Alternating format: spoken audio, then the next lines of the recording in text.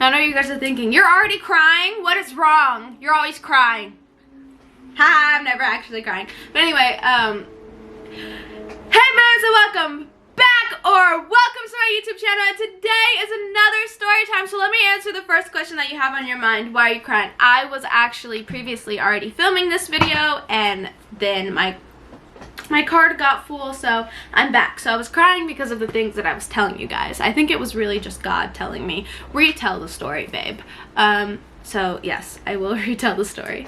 But before we get started, don't forget to like, comment, subscribe, and turn on your post notifications so you never miss an upload. Okay, so the story time for today that I hope answers a lot of your guys' questions. Let's open this drink. Also, get your snacks.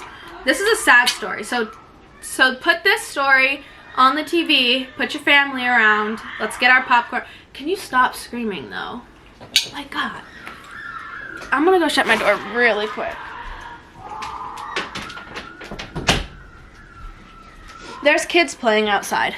But, so yeah, like I was saying, put this one on the big TV, put your parents around, put your siblings around, because this one, it's deep.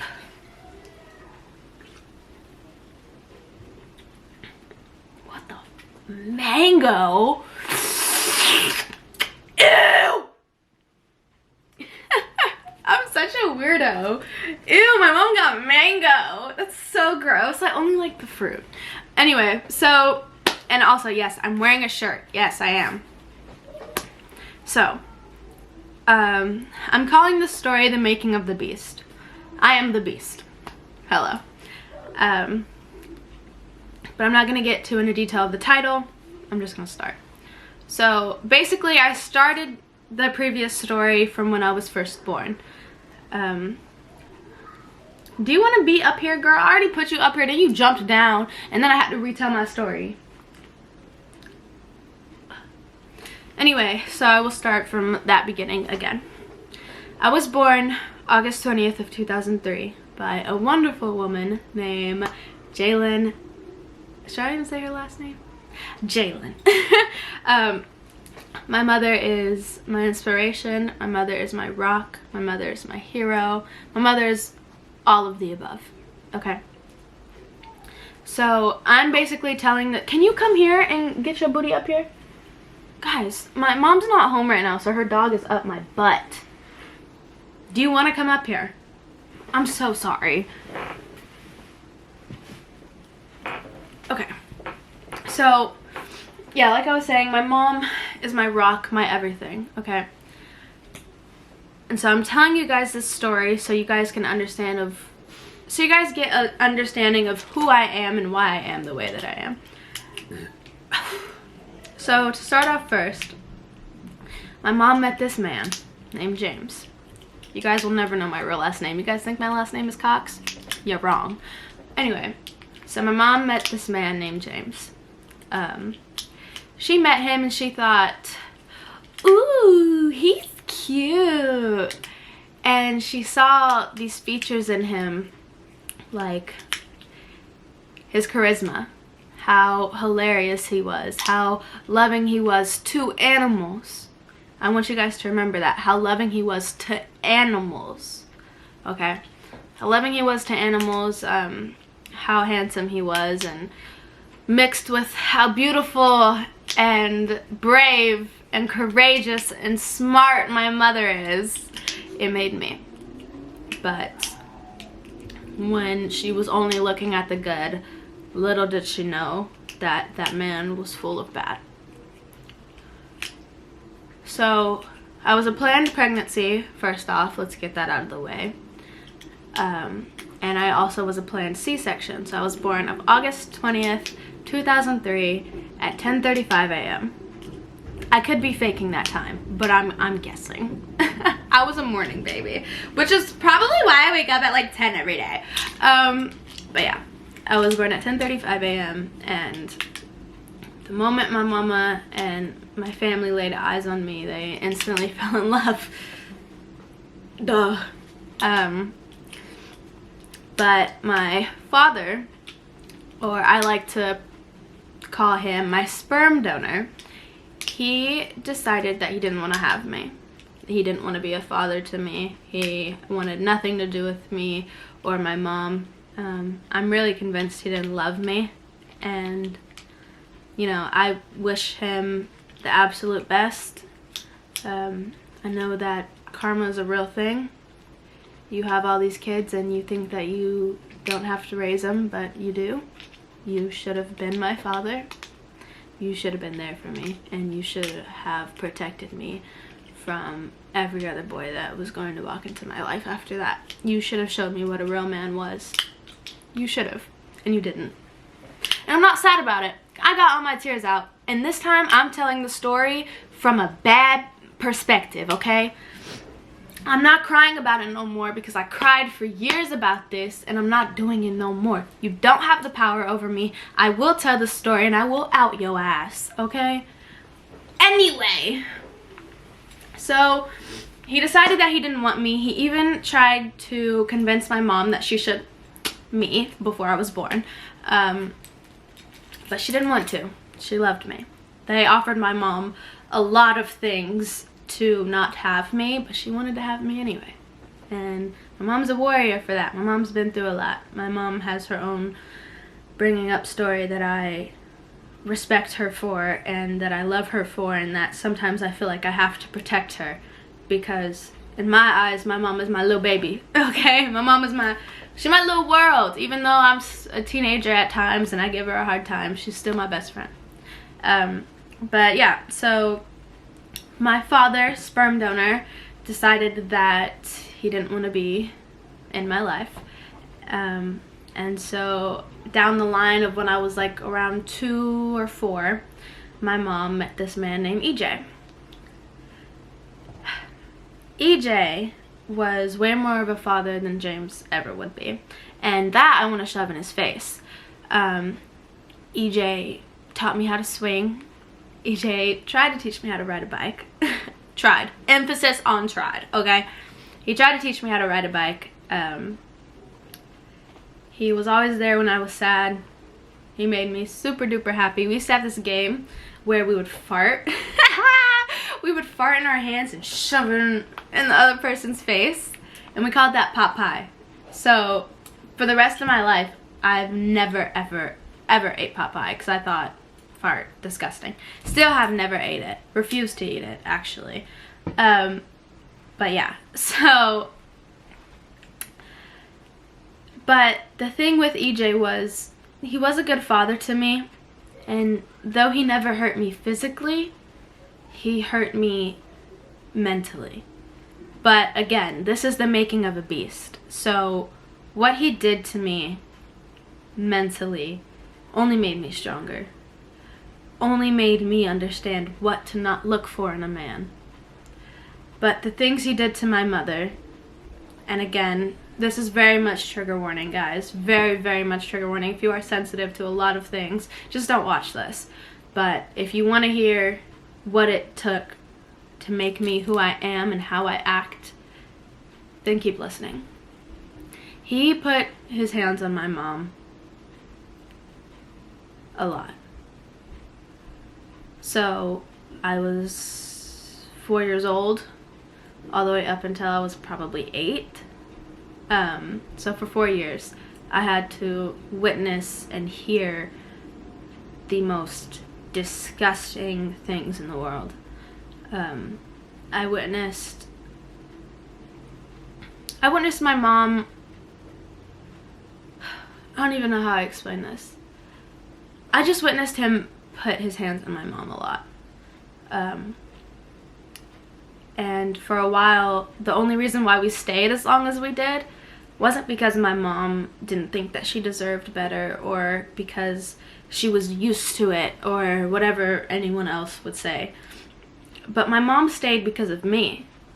My mom stayed because she wanted me to have a dad, because my first dad was a face and dipped out like a loser he is. Like the loser he is and the loser he will get credit for, because you ate, okay? Oh, I'm really holding back, y'all. I am really holding back. There has been a lot of tears that have gone throughout the making of me. I just want to say that right there. Okay, so anyway, when my mom finally had the courage to leave EJ, which, like I've said in my lives before, I forgive but I don't forget. I do forgive James for being the person that he is. It's not his fault. It really isn't. It was the way that he was raised. And EJ, it's not his fault. It's the way that he was raised. And you know, once every 2 years, I'll drop a call on EJ and I'll update him on life, because he was a father to me. He was a dad to me. Did he do some gruesome things? Yeah. And I will never forgive him. Well, not forgive him. I will never let that go. I won't let it go, but I do forgive him. I won't let it go, though. I know what you're thinking, like that kind of contradicts itself, but it really doesn't, because it's like forgive and forget. No, I'm forgiving, but I'm not forgetting. But yeah, so my mom finally had the courage to leave him, but as many people know, men are the money maker. So leaving him meant that we lost everything. I lost my room, I lost my clothes, I lost my dog, I lost my toys. My mom lost a lot too. We lost everything leaving him. We became homeless for a few months. Yep. Little baby me sleeping on the streets. What's good? And what's good about it? Yeah. And what's good? I really come from them streets. No, but I really do come from them streets. But me and my mom were homeless for a while, and finally we moved in with my grandma. And my grandma, who's a sweet little angel, the sweetest angel in the world. I love her. She is definitely one of my best friends too. I love catching up with her. I'd be like, Grandma, so you know this, that, and the third, right? And she'd be like, girl, do you believe in aliens? My grandma asked me, do you believe in aliens? I was like, yes, girl, of course I do. Anyway, grandma's my best friend, and I know my grandma watching. Hey, grandma. Grandma. But yeah, anyway, so my grandma finally took us in, and my mom started to work her booty off. And for a lot of reasons, my mom is my superhero, my best friend, my rock, my soulmate, pretty much. But yeah, my mama worked her butt off to get us just a roof over our head. And you know, it takes baby steps. Not only did we have to live with my grandma, we had to live with some random dude and his kids. We rented out a room. Then we got a studio apartment. Then we got an apartment. Then we got a condo, and then that's it.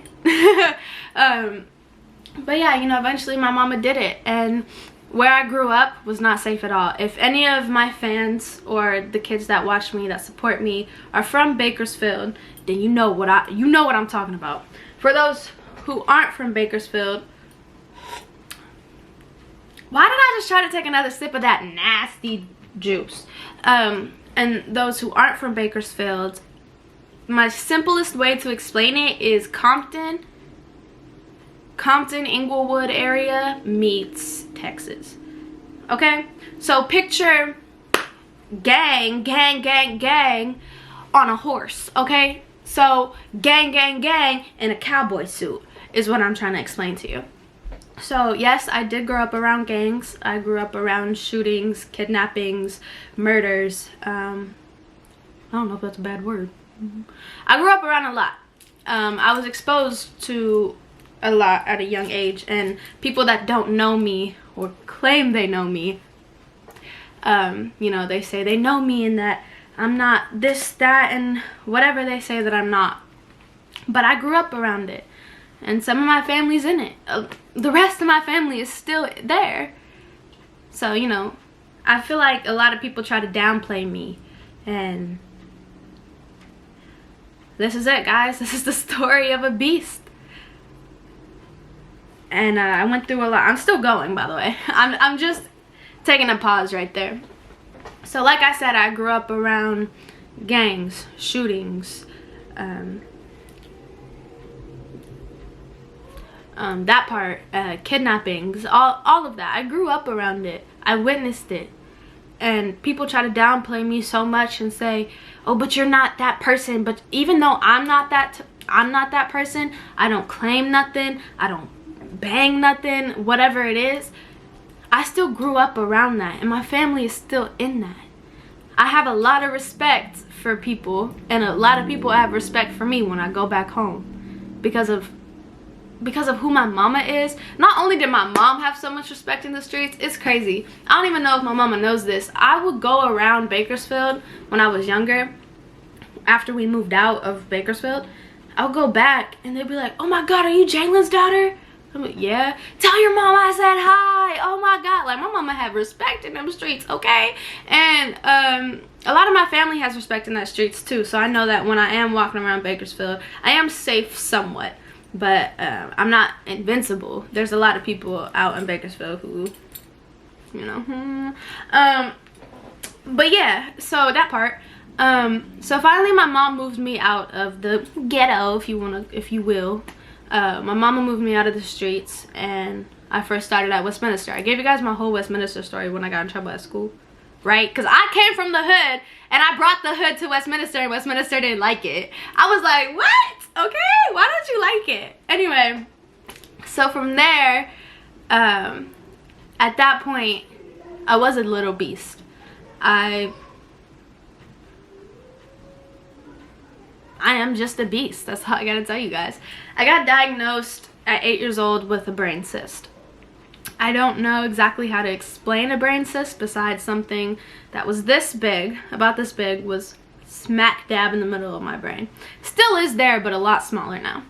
But when I was 8 years old, I got diagnosed with it. But before I got diagnosed, I was having all sorts of symptoms. My vision would go blurry. My vision would double itself. So I would see, instead of one mama, I had two moms. And I was little at the time, so I said, Mama, I see two of you. I would see things that weren't there, like trees in the house. You know, I saw a lot of things that my brain was just playing tricks on me. And when I would fall asleep, I would have these terrible, terrible, vivid dreams. Normally, always bad dreams because of my cyst. I would be trapped in a house filled, and I was little. I was trapped in a house full of monsters. I was drowning in a tsunami. I fell out of a plane. Like, they're normal dreams, but they're worse because of the brain cyst. I feel the pain in my dream. I see colors in my dream. I hear sounds in my dream. It's a lot more vivid than a regular dream. It feels like real life. And, you know, sometimes I do have them. It's very rare that I have them. Very, very rare. And I got this damn drink in my hand again, and I don't even want it. Hold on, guys. We're about to have a little kid run in this door. Hey! Hello? I'm filming a YouTube video. You can be in here if you want to. Basha growling at you like she don't know you. Basha! I'm here. I'm your friend. She gonna bite you. You bite me? I swear. Alright, guys, but I'm filming you. Okay, so my family's home. But anyway, my mom took me to the doctor, and we found out that it was something from my dad's side. So if I would have known my dad, I would have known that he had also suffered from a brain cyst. But I never really got the chance to get to know my father. But with that, I went through a lot of things at the child urgent care, I believe it's called.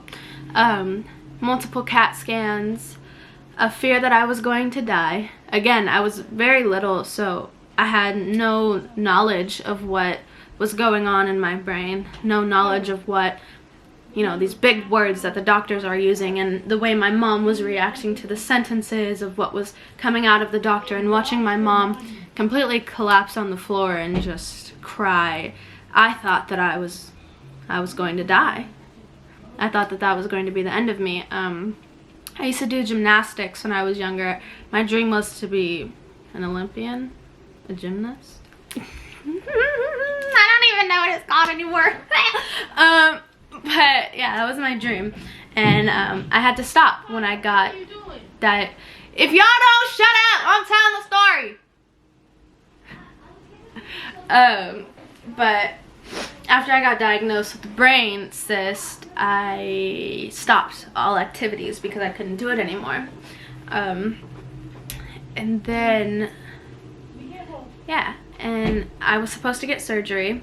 I was at first going to get surgery across my forehead, which I find absolutely funny because ever since I was little, people have made jokes about my forehead. People make jokes about my forehead to this day. I, for one, am not insecure about my forehead. I would like to say that my family raised me to not be insecure about a lot of things because this is the making of the beast, y'all, okay? My family definitely shaped who I am today and helped me not take shit to heart. Like, people can talk all day long and it's like, what you gonna say that my family hasn't already said to me? Oh, you're mean. What else you gonna say? Your forehead's big. What else? What else you got to say? Your laugh is annoying. What else? Hit me with something that's gonna hurt. Come on now. Hit me with something that's gonna hurt. Come on now. You're a Mexican. Hit me with something that's gonna hurt. Like, come on, bro. Come on. Make me cry. You can't. Exactly. Anyway, so they were gonna do brain surgery this way. And then after months and months of taking medicine that they have given me, it shrunk. So they were like, okay, we'll go up her nose. They're gonna go up my nose and just suck it out. They're gonna the brain cyst out of my brain. And then they found out, after months and months of medicine again, they took me back to get a CAT scan and found out that it had shrunk small enough for them to not even touch it at all. So it is still there. I still do have my brain cyst. It does act up every now and then. So yeah, there's that people don't know about me. I have a brain cyst, which is why I'm sensitive to certain lights, which is why I get headaches pretty easily. And then that was the last medical issue that happened with me. So if you guys are keeping track of what made me so far, is the loss of my original father, the loss of my dad, the loss of a home, and then thinking I was going to die and then not dying. After that, like I said, we moved to Westminster. My mom took me out of the streets. And we moved to Westminster. I had to make friends all over again, which was pretty easy, but being a single mom, it was pretty hard for my mom, and she also wanted to go to school. Shout out to my mama, by the way, for going back to school after having kids, because a lot of women don't do that. A lot of people okay, sorry guys, my camera keeps telling me that the storage is full, and if I could, I would just ask Brian, but I know how that goes.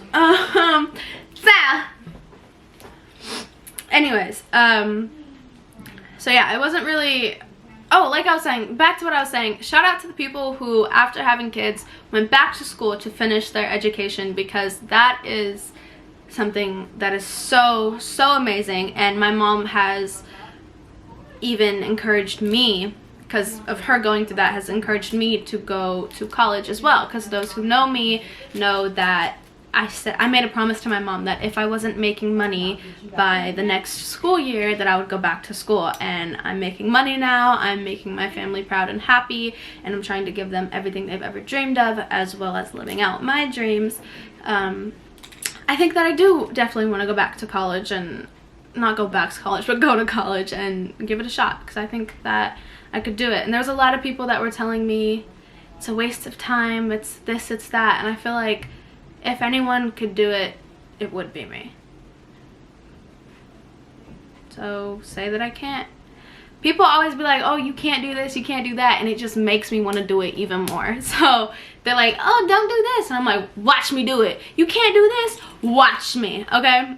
But anyway, so yeah, so my mom was going to school back at that time, and there was a program for parents, for single parents, that were going to school and needed help with their children. So I made a lot of friends through that program. And then, you know, the whole Westminster school thing happened when I brought the hood to the school, and they didn't like that. Then I moved schools, and I eventually came out to OC, which was Westminster and OC. So how do I explain where I am now? I won't explain where I am now because I don't want you guys to have what I have. So I don't want you guys to know exactly where I live now, so I won't tell you what city, but you may know what city already. But yeah, so we finally moved out to the city we're in now. And I thought that it would be a good idea to try and meet my real father. So one day, I think I was 11 at this point, my mom was taking a bath, and being the 11-year-old I was, and being so close to my mom, I just immediately ran into the bathroom and was like, Mom!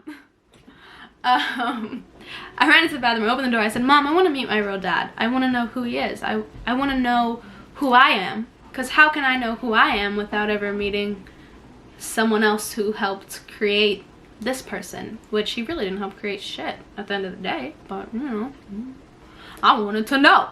So she reached out to him with her magical powers. And eventually got a hold of him, and he was down to meet me. I met him at an ice cream shop. He was the sweetest to me. I thought, oh my god, this makes sense that he's my dad. He's funny, he's cool, he bought me ice cream. He bought me ice cream, okay? This is my favorite ice cream place in all of Bakersfield. He took me here. He didn't even know this was my favorite place, but I've been here before, and it's my favorite place in Bakersfield to get ice cream. And he's so cool, he's funny, and now he's gonna go drop me off at my sister's. So I go back to my sister's, and this is when I find out what happened between my father and my sister, which I won't get into detail to because that is my sister's story to tell. It's not very gruesome at all. It's not gruesome at all. It's just mean. He's just a mean guy. He's mean with his words, which is why I have such a way with words. But yeah, he was pretty mean to my sister with his words, and my sister and my uncle absolutely do not like this guy. And you know, I thought, they just don't know him the way I do. But I was 11, and I only spent 1 hour with him, and I thought, in my head, I thought, that's my dad. You know? This is the guy. Guys, like him. He's cool. He's not mean. I went to go hang out with him another time before I left Bakersfield to go back home. I met my other brother, and I met my brother's mom, and I hung out at my dad's house. And it was cool, it was amazing. He watched Kevin Hart, which if you guys know, around that time, I was also watching Kevin Hart, and I thought, oh my god, do you see what's happening right now? Connections. Then he ordered Domino's pizza, and I was like, oh my god, I like Domino's too. Do you see what's going on right now? And then after, when I went back home, he started to text me things that were absolutely terrible. Again, I was 11 years old. He started texting me things about my mom, terrible things that I also won't get into detail to. But this is, again guys, each and everything that I've been through has shaped the person that you see right now. The tough, not giving a fuck attitude, mean, because people like to say I'm mean, whatever. It was warranted, y'all. Like, it was warranted. Like, I'm not mean to people because, oh, I'm just out to get people. I'm only mean when I feel attacked. The moment I feel attacked, that's when the little monster comes out. Alright? Because I ain't one to play. I've watched many people in my family get hurt by the people that I thought were supposed to love me. So for you to think that I won't go off on you, you're wrong. Okay?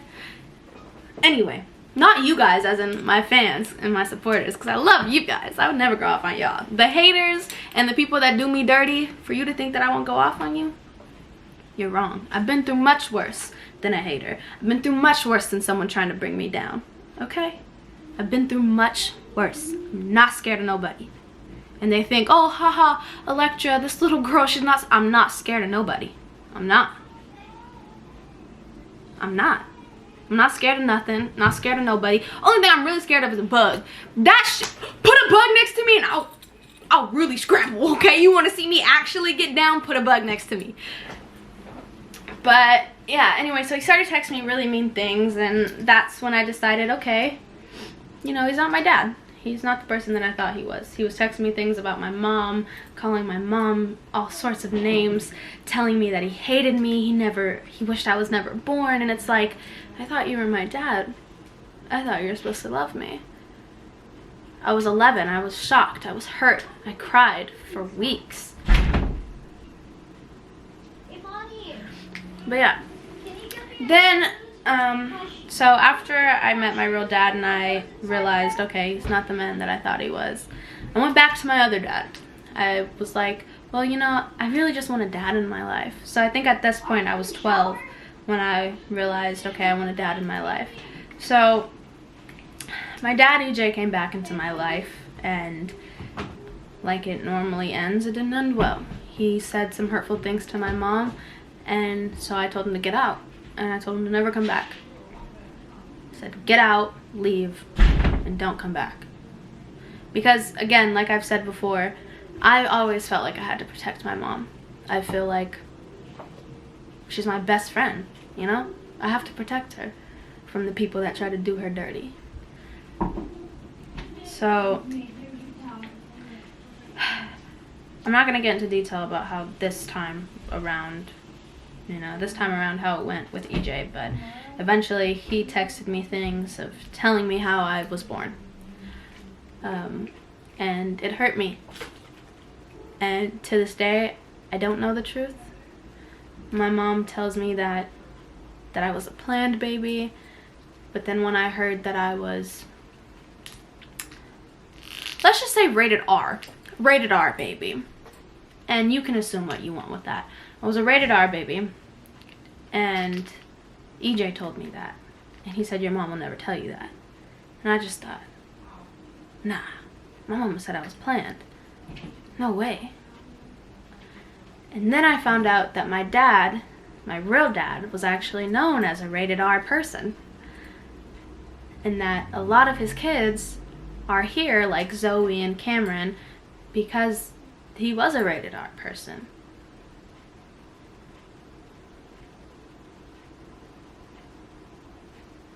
I don't even know if I want to put this video out.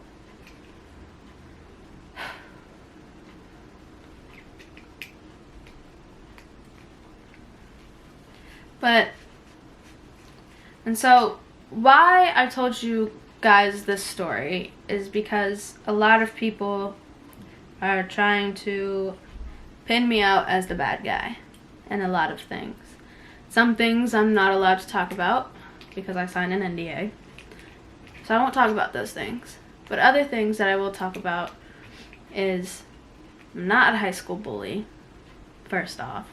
I've lost a lot of people, not only family members, but people I've considered family. I've made friends, but then there was those few people that I said this was my family, and they just took the rug right out from under my feet and watched me fall.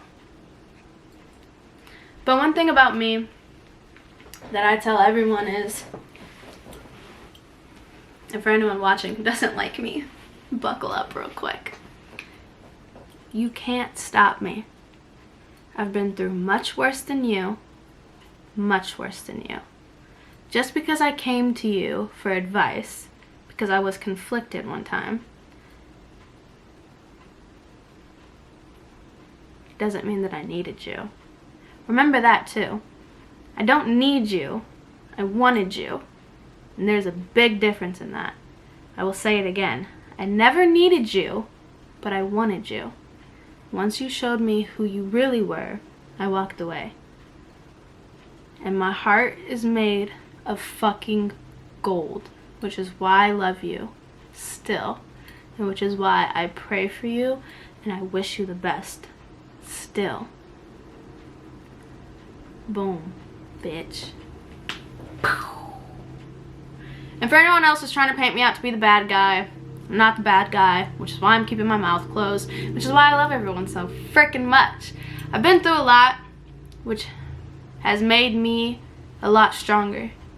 from the moment I was born to this day right here.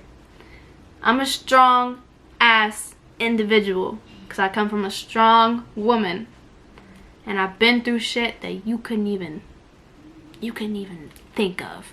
What you can't imagine, I've been through it, and I survived, and I'm still here pushing my way through everything. I work my ass off. First off, I work so hard, and people try to discredit that from me. And what I gotta say to that, because I work my fucking ass off, okay?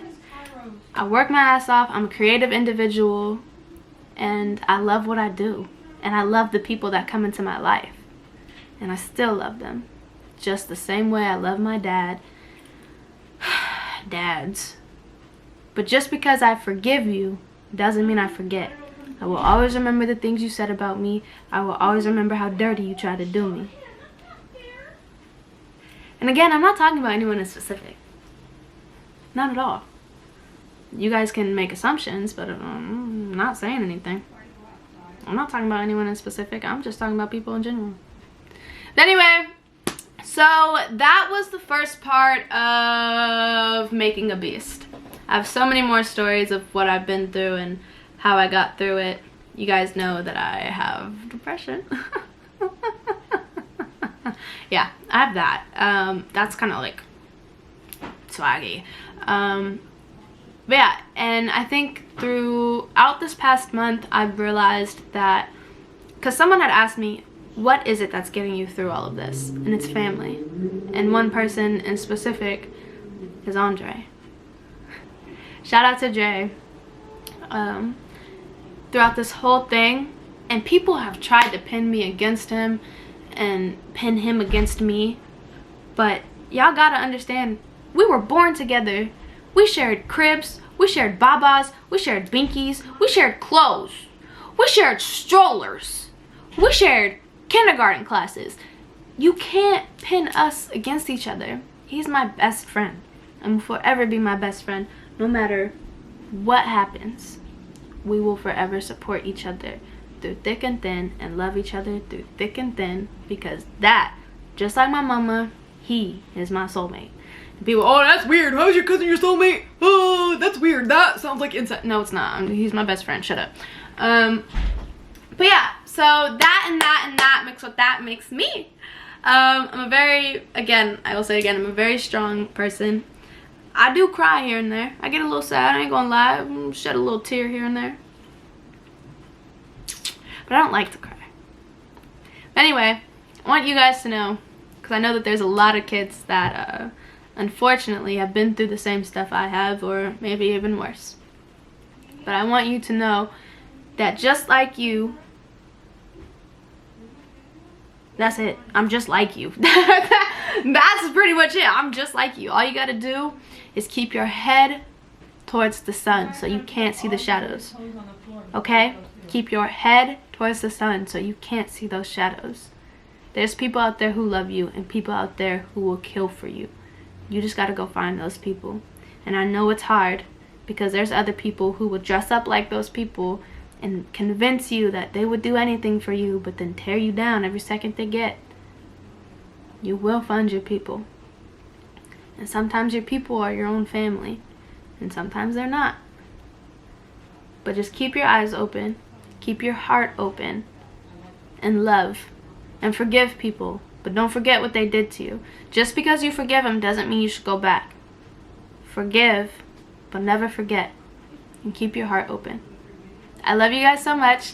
I will see you in the next YouTube video. Don't forget to like, comment, subscribe, and turn on your post notifications so you never miss an upload. Alright, peace guys. Love you so much.